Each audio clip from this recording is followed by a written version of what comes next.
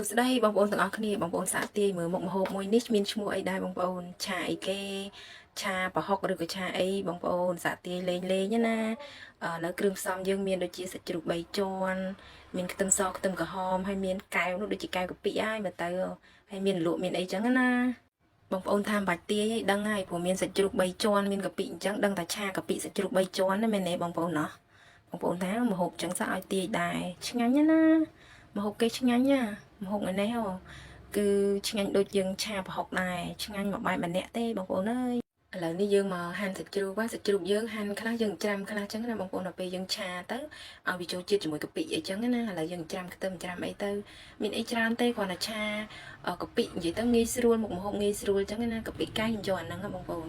យកកាពិកែវនឹងឯងខ្ញុំអត់យកកាពិគីឡូឯងកាពិគីឡូដីច្រើនអីចឹងណាហើយឥឡូវយើងយកកាពិមកលាយទឹកបន្តិចទៅស្រួលដល់ពេលយើងដាក់ឆាមិនបាច់ជ្រុំវាច្រើនណាដល់ពេលយើងដាក់ឆាទៅវាទឹកស្រាច់ចឹងណាឥឡូវយើងដាក់ប្រេងឆាទៅយើងដាក់ខ្ទឹមសអំពងវាឈ្ងុយទៅចាំយើងដាក់សាច់ឆាឬក៏ដាក់សាច់តែបងប្អូនឆាបែបបងប្អូននេះខ្ញុំដាក់ស្ករក្រហមដោយសារយើងឆាកាពិឆាប្រហុកហ្នឹងត្រូវការស្ករក្រហមបានវាឈ្ងុយចឹងណាហើយវាឆ្ងាញ់ទៀតស្ករក្រហមវាមានជាតិជាងនិយាយទៅវាឆ្ងាញ់ជាងស្ករសស្ករធម្មជាតិយើងទៀតណាទិញពីខេត្តមកបងប្អូនយើងឆាសាច់ជ្រូកនឹងឲ្យឆ្អិនរៀងឆ្អិនហើយបានយើងចាក់ទឹកកាពិយើងលាយមិញចូលណាទឹកកាពិមិញហ្នឹងយើងលាយវាឲ្យសព្វចឹងហើយនិយាយទៅពេលយើងចាក់ឆាទៅវាចូលជាតិដូចយើងចាក់ទឹកក្នុងសាច់ជ្រូកចឹងណាបងប្អូននិយាយទៅអត់មានអីបាក់អីរឿងឆាកាពិនេះហើយដាក់គ្រឿងតាមចំណង់ចំណូលចិត្តរបស់យើងតែខ្ញុំអត់ដាក់ម្ជូរទេណាចាំច្បាច់គូឆ្មានៅខាងក្រៅដោយសារយើងដាក់ម្ជូរទៅភាគច្រើនវាទុកអត់សូវបានយូរព្រោះយើងអត់រំលីងវាដល់ស្ងួតទឹកអីចឹងណាអញ្ចឹងយើងដាក់កាពិចូលហើយយើងចាក់ទឹកទៀតយើងងាស់វារៀងឡើងក្រហមតិចណាក្រហមហើយបើយើងអាចលើកបងលខ្ទឹមបងម្ទេសអីចឹងតាមចំណូលចិត្តរបស់បងប្អូនចឹងណាឥឡូវនេះយើងងាស់បានប៉ុណ្ណឹងឯងយើងងាស់វាឡើងពណ៌កម្ៅចឹងណាវាឡើងជាតិប្រេងសាច់ជ្រូក3ជាន់ហ្នឹងមកចាំយើងបងខ្ទឹមសខ្ទឹមក្រហមយើងដែលយើងបកជាសបកបកសបកចេញណាបងប្អូននិយាយទៅដាក់អាហ្នឹងអត់ឲ្យឆ្អិនខ្លាំងទេបើយើងដាក់អាហ្នឹងឆ្អិនខ្លាំងវាទៅជាផុសពេកណាយើងដាក់មកល្មមហើយកូទៅហើយបានហើយយើងដាក់លខ្ទឹមហើយយើងដួសបានហើយដោយសារកុំឲ្យវាឆ្អិនពេកឆាកាពិខ្ញុំចូលចិត្តដាក់ខ្ទឹមសខ្ទឹមក្រហមមូលអញ្ចឹងវាឆ្ងាញ់ណាឥឡូវយើងដួសបានហើយយើងដួសញ៉ាំបានហើយណាអូយរសជាតិឆ្ងាញ់ណាស់បងប្អូនអើយឥឡូវនេះយើងដួសដាក់ចានអាចយកទៅញ៉ាំបាននិយាយទៅរសជាតិវាមិនឲ្យផ្អែមមិនឲ្យប្រៃពេកទេមកល្មមណាខ្ញុំធ្វើនេះមកល្មមហ្មងបងប្អូនអាចញ៉ាំតែទេអត់ញ៉ាំបាយក៏បានដែរ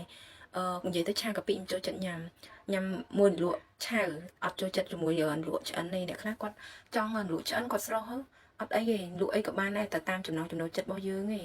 ហើយលក់ខ្ញុំចូលចិត្តជាងគេគឺការ៉ុតហ្នឹងឯងការ៉ុតទៅសក់ត្រប់និយាយទៅតែមិនមុខហ្នឹងវាឆ្ងាញ់ពពាយក៏បានដែរបងប្អូនតែបើយើងមានលក់ស្រស់ដូចជាស្នៀតពោតយងចេកអីចឹងក៏បានដែរស្រាប់តែយើងចូលចិត្តទេនិយាយទៅមនុស្សម្នាក់មិនមែនថាចូលចិត្តដូចគ្នាណាហើយសម្រាប់ឆាកាពិនេះដែរយើងអាចទុកនៅក្នុងទូទឹកកកបានដល់ទៅខែបើសិនជាយើងអត់ដាក់ម្ជូរក្នុងហ្នឹងណាយើងដាក់ក្នុងទូទឹកកកបានយូរខ្ញុំធ្លាប់ឆាទុកញ៉ាំអីចឹងណាតែបើយើងដាក់ម្ជូរតើយើងលីងដូចកតុយហេះចឹងយើងលីងតដាច់ទឹកតើចេញអាប្រេងនឹងខ្លាំងដូចមិញចឹងណាឃើញវាចេញប្រេងពីសាច់ជ្រូក3ជាន់នេះប៉ុន្តែនឹងមកពីយើងអត់ដាក់ម្ជូរវាឆាប់លីងបានស្ងួតណាតែបើសិនជាយើងដាក់ម្ជូរវាយូរជាងនឹងអញ្ចឹងយើងអត់អាចដាក់ម្ជូរខ្ញុំចាំពេលញ៉ាំបាទខ្ញុំច្បាច់ម្ជូរវាចឹងណានិយាយរួមទៅឆាកាពិឆាប្រហុកហ្នឹងគឺចូលចិត្តណាបងប្អូនដោយសាររបស់ហ្នឹងវាញ៉ាំបាយបានតែខ្ញុំអត់សូវហ៊ានមកនេះដោយសារកំពង់កខ្ញុំអត់សូវល្អដូចគេទេនិយាយទៅញ៉ាំរបស់អស់ហ្នឹងចូលទៅគឺត្រូវតែឈឺហ្មងកំពង់កតែខ្ញុំដាក់សាច់ជ្រូកច្រើនឬដាក់កាពិតិចអីចឹងណាអញ្ចឹងទៅវាអត់សូវប្រៃខ្លាំងតែញ៉ាំទៅហើយអត់សូវអីទេអរគុណច្រើនបងប្អូនសម្រាប់ការទស្សនាវីដេអូមួយនេះណាអរគុណច្រើនជម្រាបលា